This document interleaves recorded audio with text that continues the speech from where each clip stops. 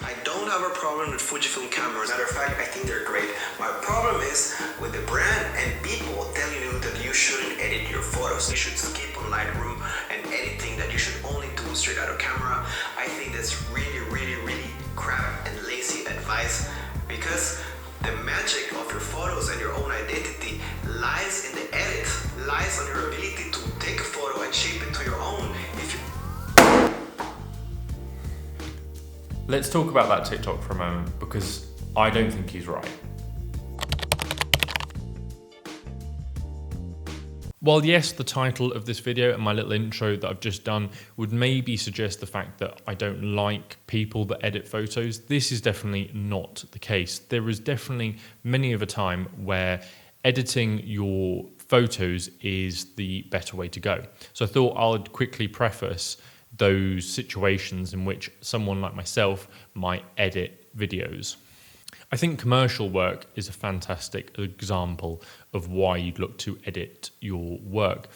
Ultimately, I think as a freelancer myself now, you want to be able to have that versatility.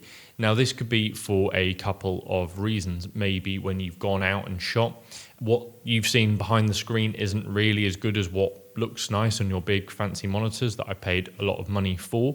So having the RAWs makes sure that you can go back. I mean, you can use the Fujifilm application for laptops and apply different recipes. You can obviously use Lightroom and do whatever you need to tweak them and make them look how you thought it would look in your head.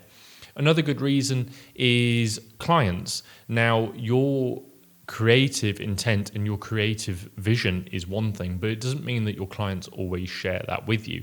Now, I like to try and sit down with my clients and discuss the style and plan. So hopefully when I'm shooting in JPEG, they're really happy with what I've done. However, they may go, oh, actually, can we have this looking like this? Is there any way you can alter this? Sometimes skin tones don't exactly look the same with JPEGs, or don't look as good with JPEG recipes, I should say. So having those RAWs makes sure it's essentially just a nice backup. So you can make sure that when you are editing, you can obviously tally that to their style and what they were actually after.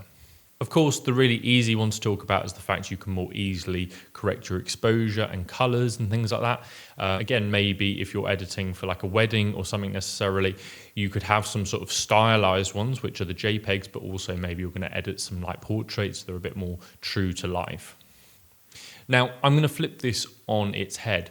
As someone who's been a photographer for 4, 5, maybe even 6 years now, I still do remember what it was like being a beginner and the dauntingness of editing my photos, because, you know, I was very enthusiastic. I'd go out and shoot tons of photos, but the thought of sitting down and trying to edit those didn't really fill me with a lot of joy.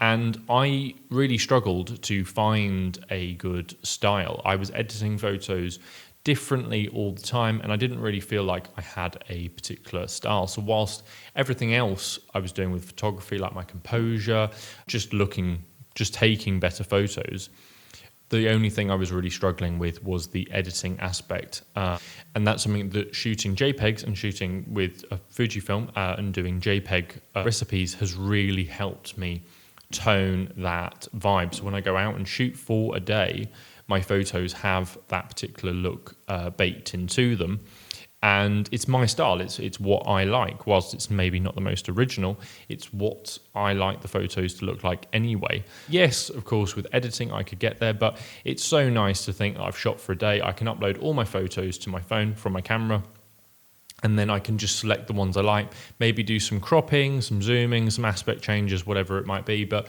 realistically, the JPEG I get is what I get. And I do quite like that. I mean, I do shoot JPEG plus RAW.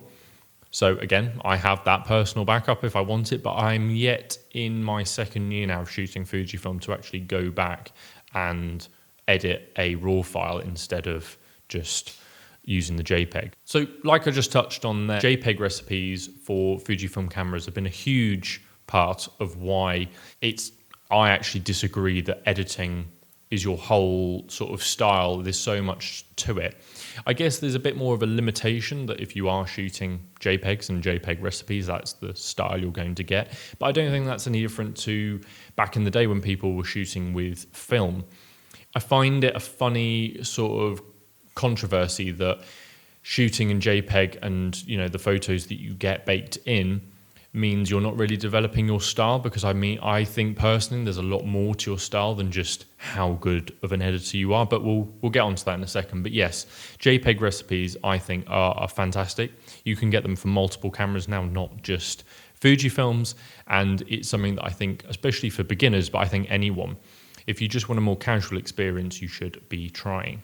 So let's talk about style, because like the TikTok that I was just watching was talking very heavily about editing being part of your style. And whilst, yes, it might be, let's talk about some other things that I think encompass your style beyond just editing. A really easy one is subject choice. I think when you're a beginner, you obviously like to shoot everything, but as you develop, you start to understand what you like taking photos of. For me, it's very situational. If I'm going out for a lot of hikes, it is in the UK, it is landscapes, it is wildlife, it is gates. But if I'm going to a city, I like to shoot life, people doing things, and like harsh light and things like that. If I'm going on holiday, just that kind of, I don't know how to describe my travel photography, just the vibe, I just like the idea of people kind of, they could be there with me, it's quite casual, but I quite like it. Documentary, I can't say that word, but you know what I mean. Framing is also a huge part. Now, it might be that whether you've got a zoom or a fixed lens, however you're framing your shot, people have got very unique perspectives on this and how they like to shoot. Another one, and this is a whole other controversy, is focal lengths. I shoot with a 15 to 55mm. I've got a prime here. This is a 27mm pancake lens from Fujifilm. But the focal length you shoot with tells a lot about you as a photographer. So whether you like it really wide open or you like to be really zoomed in, that's of course your choice, but that really determines, again, your style. Another one is environment. And again, this can be environmental depending on, maybe your age, if you're able to travel, if you can afford to travel, and the environment maybe you're growing up in or you currently live in. But that has a huge, huge impact on your style as a photographer, because ultimately it really dictates the types of photos that you take. For me, living here in Lincolnshire, it is the Wolds, it is Lincoln Cathedral and Steep Hill and things like that. So they're the types of photos I can get. Of course, I can go further afield, but that is my local environment. That's what I'm restricted to, I suppose. So there are a couple of examples. I've got loads up on the screen, but they're just a couple of different examples that I think filter into kind of like a spider's web of what makes your photography style. Of course, editing could be a branch of that, but I think in this modern age of JPEG recipes, I think you could have either or. I don't think you should rely on editing being your only thing about your style, so to speak. Now, I want to talk a little bit about AI here. And not everything I'm going to talk about is directly pinned to AI, but editing for me, I think there's a very fine line between what is actually a photo and then what is an AI generated image.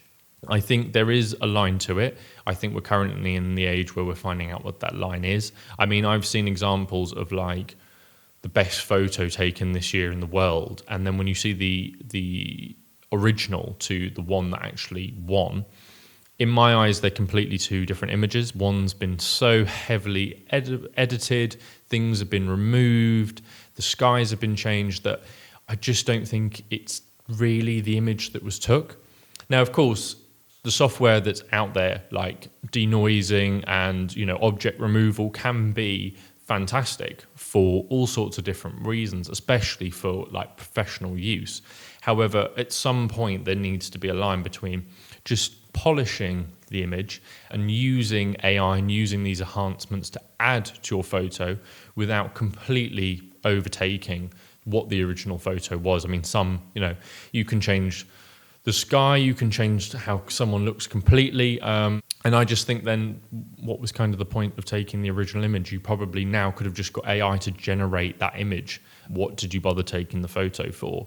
So maybe a little bit controversial, but that's how I feel about these tools, and I use them very sparingly. for professional use. I try to get as much out of the actual camera and the original image that I can, and sort of just enhance. It's like just sort of light makeup, I guess, is the best way to describe it. Now, I want to talk about something that is a little bit less controversial, okay? It's an item that I've been using for quite a while now. A little bit of context, I've been a freelancer for a total of 2 weeks now. I've gone freelance, and I've been using this item for everything, for all my professional shoots, videography, photography, drone work, client meetings, and then I've used it for all my personal work as well, and personal traveling, weekends away, things like that. So I think you can actually just see it there, just peering in the background. So let me just go get it for everyone. And that item in question is this. This is the 25-litre Peter McKinnon camera backpack. You can see it here. Honestly, it is like a rocket ship, and I know this camera bag has been heavily reviewed over the years, so my perspectives may not be new. However, I do use a lot of camera bags. I do get sent a lot of camera bags, so it's been really nice to test one that's like so well known. So I'm really grateful that I've obviously been sent it to use. And like I said, I've been using it for everything, because I really like to try and test bags beyond even just a couple of weeks or whatnot. A couple of things that I really like about this bag. I really like magnetic water bottle pockets, and I'll call them water bottle pockets because they're not, yes, you can put a tripod in them, but I don't really believe that unless you actually get some straps, you can't really put a tripod in here very easily. But I do like how they're magneted. They just, I think, look really nice when they're not in use. The other thing I really like on this bag, and I'll throw some B-roll up at some point, is the whole kind of modular ladder system. It's something that no one really has spoken about with this bag too much, but as someone who, I want a bag that I can use for everything, right? So I want to be able to do a 5K hike, great. I don't really need that much camera equipment. Well, with the ladder system and with the camera cubes, you can alter how you use the bag very quickly. Yes, you can do this with most camera bags if you start ripping out all that dividers. I don't know about you, I absolutely hate the job of dividing all my camera equipment up. It just fills me with dread. I hate doing it, takes me ages, and I'm never really satisfied with it. So whilst I appreciate they're not new to using camera cubes, the whole way the ladder system works, and you get more access at the top, or you can take it out completely if you need to, has been fantastic. To give you a bit of an example of how I use this bag, I normally put drone equipment in the top. I normally have a tripod attached, and inside the rest of the bag, I've got 2 cameras, microphones, lighting systems. Basically, in this 25-litre bag, I can fit everything I need. You can also fit a 16-inch laptop, which is fantastic for me because I own a 16-inch laptop. I really like the back of the bag as well. I will unzip it all for you to see, if I can figure. Give me 10 seconds. I really like this part of the bag. I don't know why, but I just like that whether I take out the camera cube or however I'm altering things, this is kind of, I'll always need this stuff. So I've got SD cards, SSD, business cards, chargers, camera straps. It's just, this is what I'll need all the time. So this can always stay in the bag, which is really nice. As I'm swapping out all my equipment, it's really nice. I also like how easy it is to get into the top of the bag. That's been very handy. The only downside I've had to this bag, a bit of a weird one, is actually I find it difficult to find the zips, which is an odd thing to say, but for whatever reason, I find it very difficult to find the zips to this bag. I'm often like hunting for them going, where are they? But yes, that is it. I'm not going to rabbit on too much about it, but it's an absolutely fantastic bag. I do recommend it. It is my current daily driver. I have got a few other camera bags that I'm going to start testing. However, this, for the time being, is definitely going to be my bag of choice for client shoots, personal work, and things like that. I've really enjoyed doing it. And whilst I know it's from a well-known photographer and there might be a bit of like hype around it, it is actually generally a really good camera bag. So it is definitely worth the price tag, in my opinion. So I've got to wrap this video up somehow. I think what I would say is that I think editing your photos should be the supporting factor when it comes to your photography style and everything else that goes into photography. Well-known photographers, even like James Popsey, that now shoot with Fujifilm, use different recipes to get an initial look, and then they edit their photos afterwards, which is quite a nice hybrid solution, and is maybe worth it for people who do like editing. But I really wouldn't get hung up on editing your photos too much. If you can get some nice JPEG recipes, I'd honestly very much consider them, and don't worry too much about the fact that your style isn't based on your editing, because as we've discussed, there's far more to it than just editing. If this video has been useful, please do let me know. Please do let me know what you think of the camera bag as well, because I've got other ones to test there that you can see in the corner.